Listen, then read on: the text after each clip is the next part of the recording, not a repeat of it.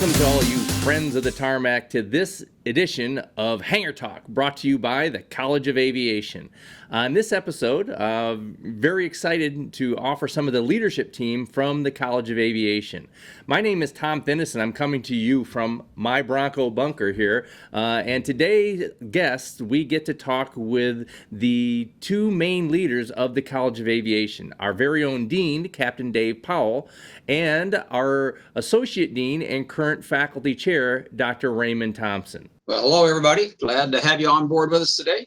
Looking forward to having you here. Again, my name is Dave. I go by Dave. You can call me Captain Dave or AU or something like that, but or you can call me the real name, Captain Dave Powell too. That works. But I just want to give you a little insight on who I am and what my expectations are as your dean. I'm an Arizona State graduate. Went into the military immediately. Flew as an instructor pilot in a T-38. Went from there into A-10s, basically. A-7s was in the F-16 at the very end before I went to United Airlines.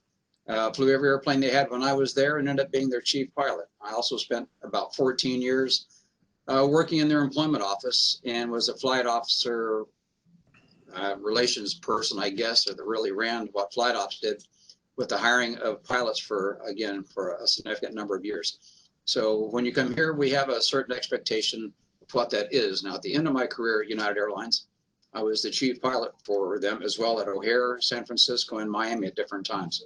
So I come with a bit different background, and the worst part for you is I'm a dad, so I have certain expectations as a dad as well. So I'm not trying to take your dad's place by any means, but I do have desires for you to come and really be involved and participate and get the most out of the training that you can get. Whether it's good, bad, or indifferent, I am the only airline executive running a collegiate aviation program in this country. So I have a different thought process on how we should do things. And therefore, that's why we really have the most advanced training fleet of any collegiate air program in the country. And Ray really runs our, obviously, the faculty side of it, but he has a large expertise in our tech ops training program as well as the management operations. So we kind of have it covered not only from the academic side, but from the industry side as well. Awesome. That is fantastic. So, again, we're very, very fortunate to have you as our dean at the college, but also we have Dr. Raymond Thompson. So, Ray, why don't you tell us a little bit about yourself? Well, good afternoon. Welcome. My name is Raymond Thompson, and I'm happy to be here at Western Michigan. I started my academic career at Lewis University in Romeoville, Chicago area. I was there a couple of years and then spent 25 years at Purdue University and helped run the programs there, specializing in the technical operations side of the house, in particular advanced composites and airline operations.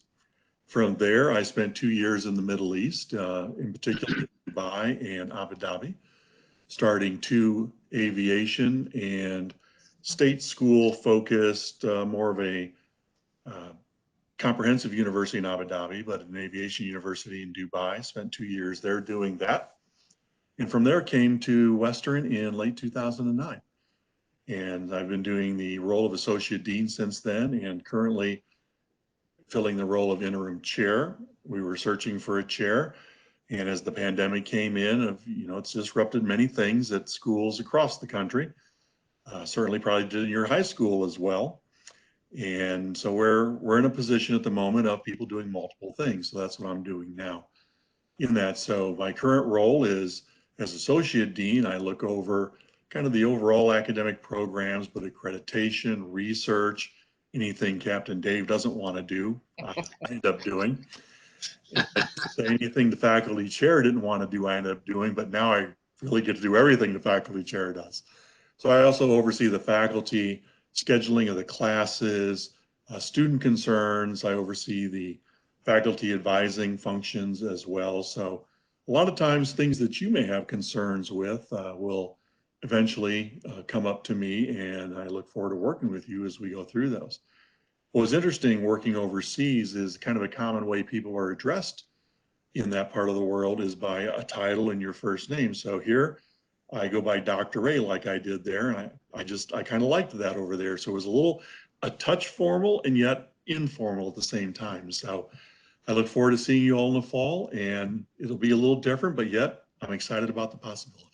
Fantastic. That's awesome. So we are super excited to have the students with us on Fall 2. Obviously, we all know that we will be in person in the fall, but we also know that the pandemic has had an impact on the industry and the universities as well. So, Dave, I have a question for you. At Western Michigan University, we say it's always a great day to be a Bronco. And in the College of Aviation, we always say that it's a great day to be an aviation Bronco.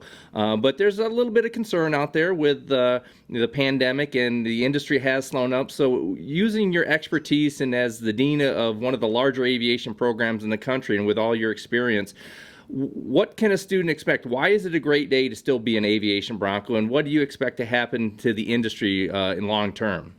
Yeah, that's a great question. And, it should be on everybody's mind as well.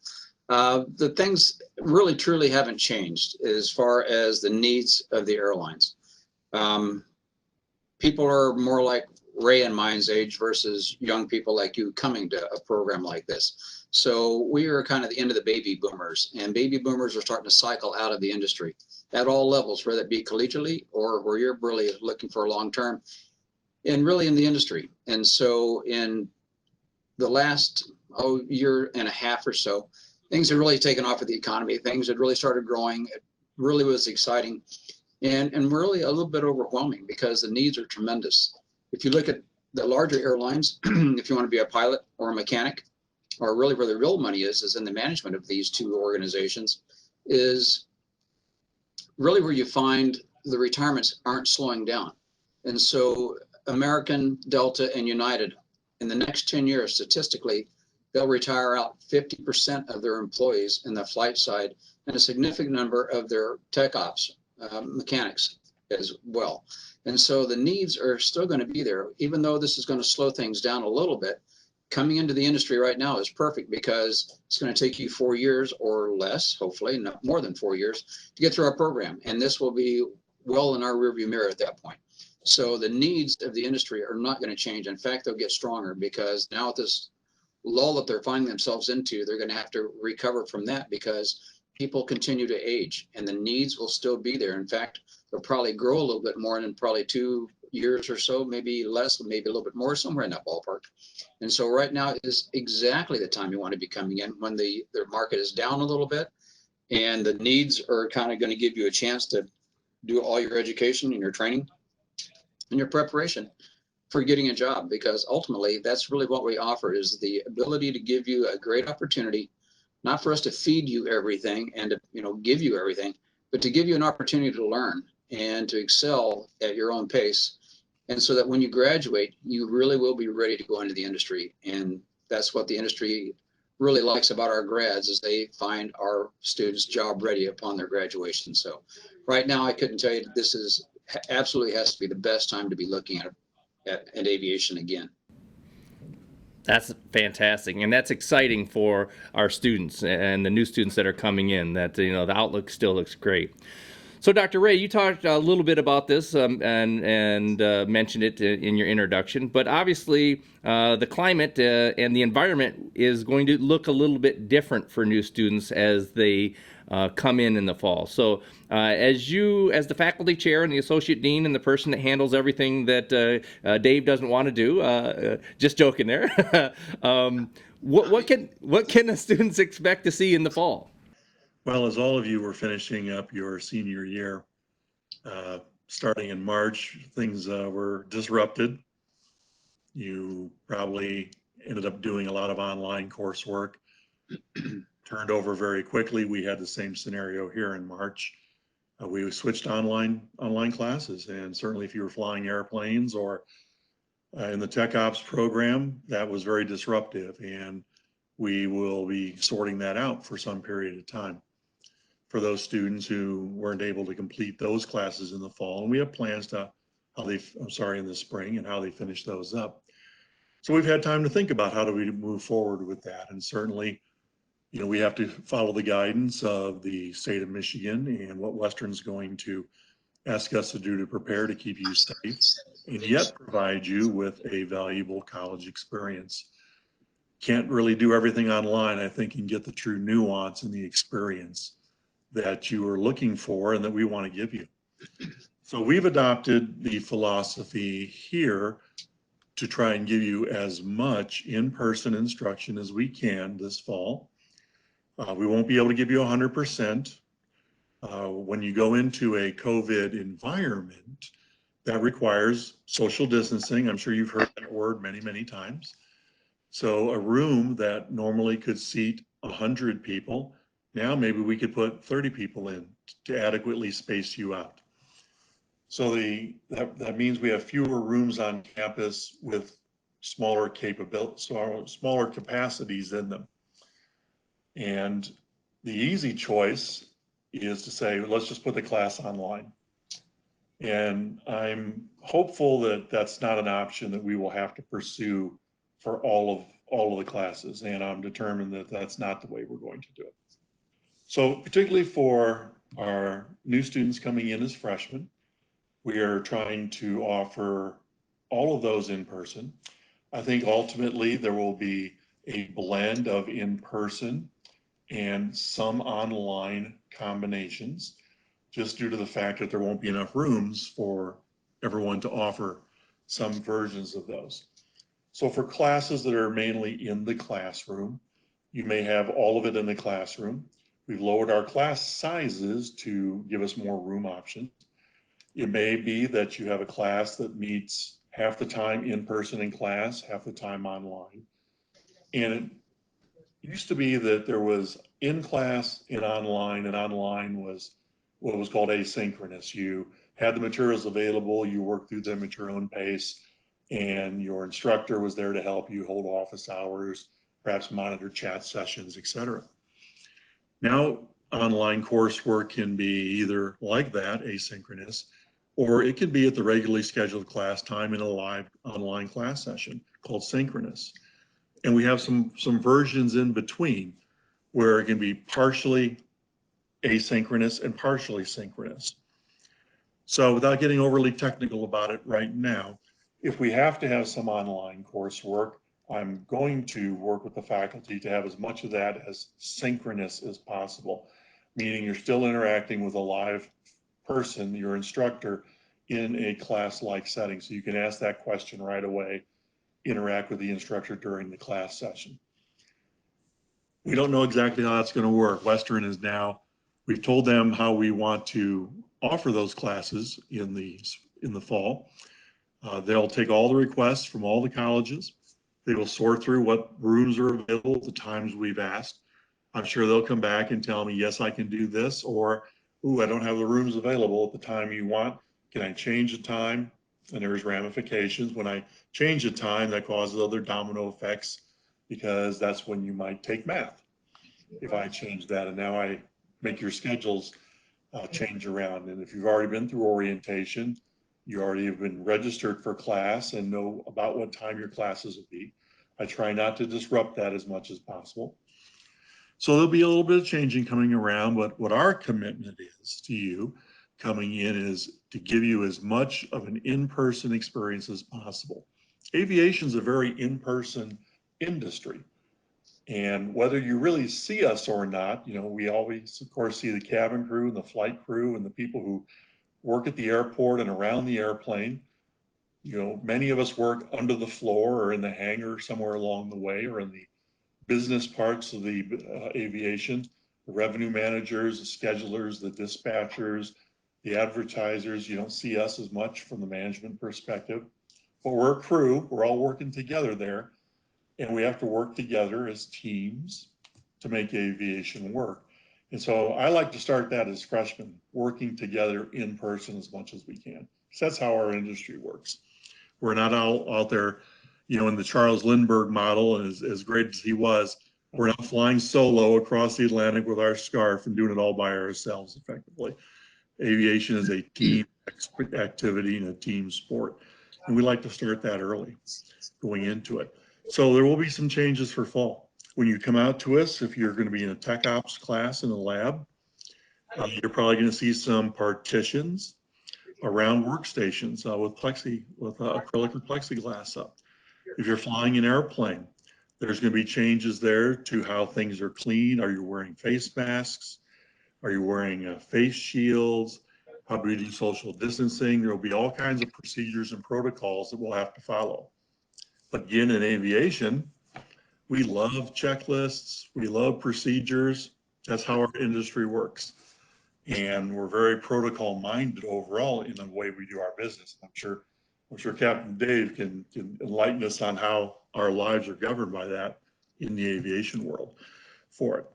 But it's important, particularly as we get back to campus, to be mindful of our behaviors to keep us going. And when you come out to the airport in particular, everyone wears a face mask in every building all the time, unless maybe you're in a private office by yourself. You'll have to wear it in class all the time. And those are the type of things that we just have to adjust to that allow us to keep it going in person. And because really, online education that's by yourself really isn't all that much fun. The fun is getting together and interacting as a group and moving forward together. That's the college experience that we're hoping to give you. And that's our commitment to do our best to do that for you. Dave, talk about teams for a minute. How does that work in aviation? Everything's teams. As a captain, I retired off the 777. A lot of times I'd carry 3 co-pilots with me. You think that was my team, but it really wasn't. I carried 19 flight attendants as well, and they'd have a lead flight attendant, or a purser is what we call them at the end, who I coordinated directly with, but she coordinated with her part of the team, and they all reported to me. And so there was a time when I was flying as a captain, I think on a 757 maybe, from the East Coast to the West Coast, and about halfway through our lavatories plugged up. And so that was still a couple more hour flight where the people have been drinking a lot of fluids on the airplane and anything else. And so I decided to land halfway across the country to get the bathrooms working again. Never really thought about past that on the teams, but when you come to realize that it was more than just a mechanic keeping it flying, but it was also the person servicing my blue rooms was part of my team. Particularly on a 777, when you're flying for 16, 17 hours, everything has to work. So everybody that you interface with is really, truly part of your team. And if you're smart as a captain, that's how you work it. And so really, truly, either you're a part of a team or you're leading the team, but everything in aviation is about teamwork. And so if you're not thinking about it right now, you need to get going that way. For me, that was a big change coming from the Air Force as a single seat, single engine fighter pilot. I really loved that, but that type of philosophy doesn't work all that great in the airline industry. So you really got to be, figuring out how to lead your team and get the most out of that partnership. So you'll get a lot of exposure in crew resource management and how to be part of a team. Amazing stuff. That is fantastic. So lastly, I appreciate you taking the time with us this afternoon. It's afternoon as we record this, as we can tell by the sun shining outside of the backside behind both of you. Like to finish up with the students' words of wisdom. So Dave, as the Dean of the College of Aviation, what would be some of your words of wisdoms for new students that will be starting with us in August and September? I think come with an open mind and an open attitude, and really enthusiastic is really what we're looking for. I know in high school, they always told you, you're going to get out of high school what you put into it. And that kind of worked for me back when I was in high school and kind of what I saw from my kids going through high school. But college, that really is applicable because we have 13 student organizations. We really want you to get a good feel for what the college experience is. So yeah, I want you to be really proficient and knowledgeable about whatever one of the 3 tracks that you're choosing in our college. But I also want you to become a bit more worldly. I want you to go to football games and hockey games. We have a really great fine arts program where you can see Broadway plays being delivered here on campus. I mean, you have a lot of opportunities as a student to interface with that. We're a very diverse community. I want to see you interfacing with people of color or male or female if you've not had that opportunity in a lot of cases. Race, gender, all this diversity is really a critical aspect of that because you're going to be working with the same people around the world in that small little aviation section that you're going to be interfacing with for your profession for the rest of your life. So we really want you to really get here, take a look around, see what interests you, and really become involved. Like I said, in college, we're not going to be spoon feeding you like you might have got in high school. Here, you're going to have homework. You're going to have 10, 15, maybe 20 hours of homework a week.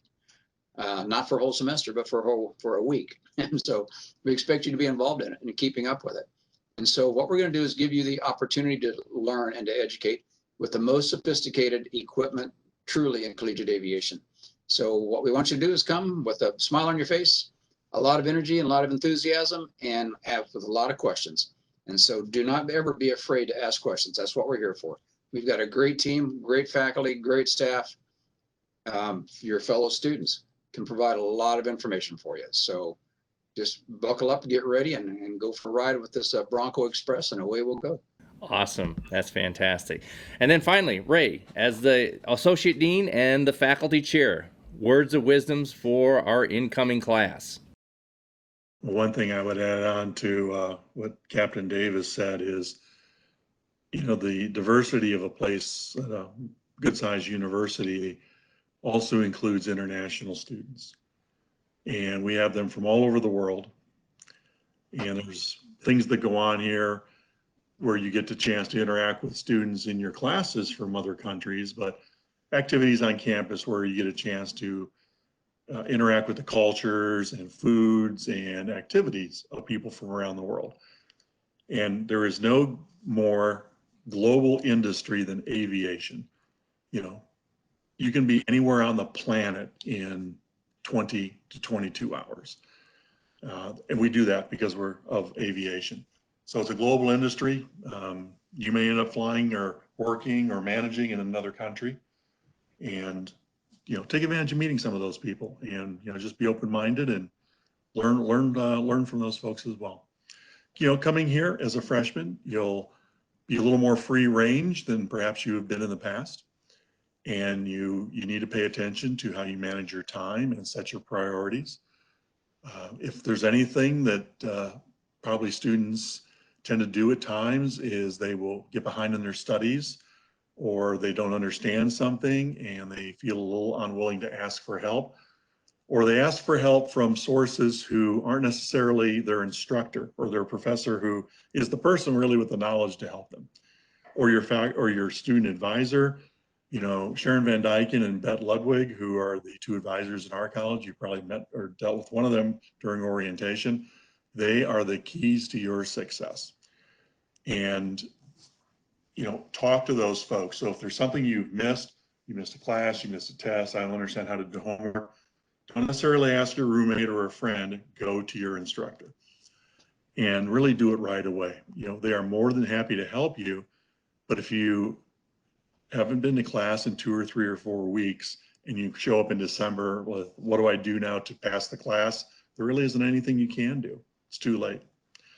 And then your plan of study is off kilter and it's just hard to recover from that. So be proactive, take control of your education. You're spending good money, no matter where you go to school, to get this education. And, we're in a time of economic stress right now due to the pandemic. Don't let that go to waste. And, take advantage of all the resources that are here. The other big thing too is about halfway through the semester, you'll be getting some emails about, hey, it's time to register for spring. As soon as you get that, get right on that, because the earlier you register, the more time and class choices you have. We have students who will wait and wait and wait, and then suddenly there's the classes they want, and especially the times they want aren't available anymore. So again, the proactive student, where you sail right through here and get your degree on time, hopefully under budget, and you're often working in our industry for that. So again, anytime, email me, stop see the advisors, drop in and see me. I'll be both in Battle Creek and in Corman Hall for the coming year. We're here to help you. That's what our jobs are, and we select these kind of jobs because we like working with young people like yourselves. And take advantage of all the resources. And as Dave mentioned, get involved. We have, I don't know, what do we got, Tom? 400 and some student organizations on campus. If you like to jump out of perfectly good airplanes, I don't want to do that. But there are clubs for everything. And if there's not a club for what you want to do, start one up yourself, because there's somebody else on this campus that likes to do probably what you like to do out there. And it's just all about taking advantage of the time while you're here. I think we all could attest to people who we have met in college that are friends today. And frankly, I have colleagues in aviation industry around the world who, I'd like this person on my advisory board, or hey, I need a favor, and I call a buddy at GE or Etihad Airlines, or name the country almost. And all because of taking the time to get to know folks and click with people and step out of your comfort zone sometimes. We're looking forward to having you. Go Broncos.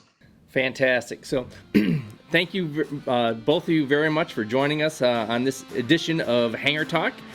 For those of you students, obviously this is a recorded version of the Hangar Talk, but we will be doing a live version with Captain Powell and Dr. Ray.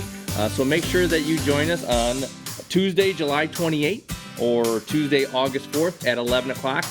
Space is limited on both of those virtual events, so you'll want to make sure that you sign up for them early so that there's space availability. Much like Captain Dave and Dr. Ray said, be proactive and sign up early so that you can actually get the spot. So thank you again, both of you very much. Thank you all, and we'll see you on the next edition.